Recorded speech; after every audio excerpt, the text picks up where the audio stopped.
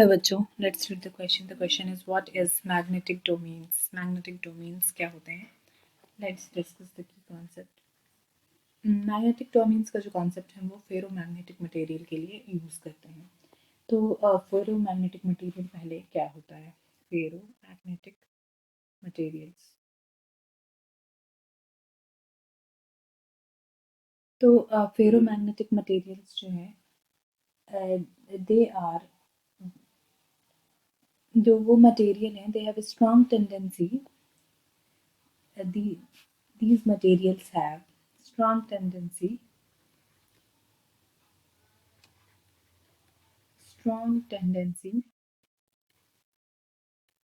to align themselves even in weak magnetic field.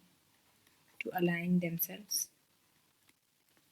in weak magnetic even in weak magnetic fields. ठीक है, तो ये और इसी का परमानेंट मैग्नेट बनता है फेरोमैग्नेटिक का. तो ये जो मैग्नेटिक मटेरियल्स हैं ये अगर हम स्ट्रॉन्ग भी मैग्नेटिक फील्ड देंगे तो उनके अंदर मैग्नेटिक प्रॉपर्टी आ जाएगी. ठीक है, और ये इसके पीछे जो थ्योरी है, जो इसके पीछे ये इन्वॉल्व है थ्योरी, वो है मैग्नेटिक डोमेन्स की. तो हम क्या कंसिडर करते हैं कि फेरोमैग्नेटिक मटेरियल्स में जब कोई मैग्नेटिक फील्ड हम नहीं दे रहे हैं तो उस मटेरियल्स के अंदर जो है एक डोमेन मटेरियल के अंदर फॉर्म करते हैं. ठीक है, और ये छोटे छोटे डोमेन्स होते हैं, इनको हम डोमेन्स कहते हैं. और इस डोमेन्स में क्या होता है कि उसके पास रैंडम डायरेक्शन में मैग्नेटिक मोमेंट होता है. ठीक है, रैंडम डायरेक्शन में मैग्नेटिक मोमेंट. ये जब हम कोई फील्ड अप्लाई नहीं करेंगे. मैग्नेटिक मोमेंट हम जानते हैं क्या होता है, mu is equal to I into A. ठीक है, तो ये रैंडम डायरेक्शन में होते हैं.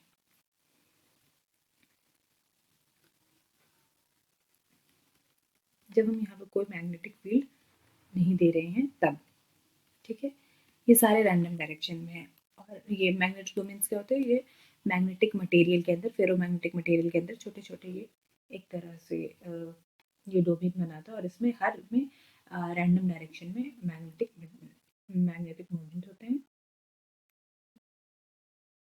और उन मैग्नेटिक मोमेंट का जो ओरिएंटेशन होता है वो क्या होता है, रैंडम होता है. ठीक है, ये हम कंसिडर करते हैं. फिर उसके बाद क्या होता है, उसके और हर डोमेन के जो डोमेन्स है उनके पास वो डिफरेंट साइज होगा और डिफरेंट मैग्नेटिक मोमेंट होगा उसका. They have different sizes and different magnetic moment. और उसका जो वो होता है मतलब एक वो छोटा सा वॉल्यूम कंटेन करता है मैग्नेटिक मटेरियल के इनसाइड. और वो समझो कि वॉल्यूम 1 मिलीमीटर क्यूब के ऑर्डर का होता है. और 1 मिलीमीटर क्यूब इस मतलब इतने से इसके अंदर कितने एटम्स होते हैं, अगर एक ये छोटा सा हम डोमेन ले रहे हैं, इसी को हम डोमेन कहते हैं. तो ये 1 मिलीमीटर क्यूब को, और इसमें 10⁻12 एटम्स होते हैं. ठीक है, कम से कम. और जैसे ही इस डोमेन में हम क्या करेंगे कि मान लेते हैं कि इस डायरेक्शन में मैग्नेटिक फील्ड अप्लाई करेंगे. तो जैसे ही मैग्नेटिक फील्ड अप्लाई करेंगे ये डोमेन्स क्या होंगे, जो जिनका magnetic moment in direction of magnetic field है वो उसकी साइज इनलार्ज हो जाएगी. जैसे कि अगर हम इस डायरेक्शन में मैग्नेटिक फील्ड अप्लाई किए तो ये डोमेन्स ऐसा हो जाएगा. ठीक है, जैसे ये ऐसा हो जाएगा और फिर छोटे छोटे ये बचे. तो इसी वजह से ये जो मैग्नेटिक मोमेंट इनसाइड मटेरियल है वो मैग्नेटिक फील्ड के डायरेक्शन में अलाइन हो जाएगा. इसी वजह से फेरोमैग्नेटिक मटेरियल्स के पास स्ट्रॉन्ग टेंडेंसी होती है कि वो मैग्नेटाइज्ड हो जाता है in even in presence of weak magnetic field. ठीक है, डेफिनेशन लिख लें. तो मैग्नेटिक डोमेन्स की डेफिनेशन क्या लिख सकते हैं, a magnetic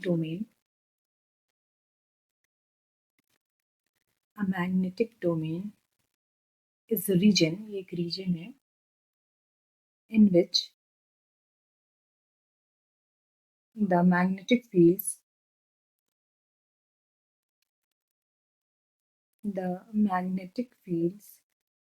of atoms are, इसमें एटम्स होते हैं. ठीक है, और उनके पास कुछ मैग्नेटिक मोमेंट होता है, आर ग्रुप्ड टुगेदर. और वो क्या होगा, जब जैसे ही हम मैग्नेटिक फील्ड देंगे वो सब एक जो जिस फील्ड में देंगे वो बड़ा हो जाएगा उसका साइज़, ठीक है? तो वो एक साथ मिलके of atoms are grouped together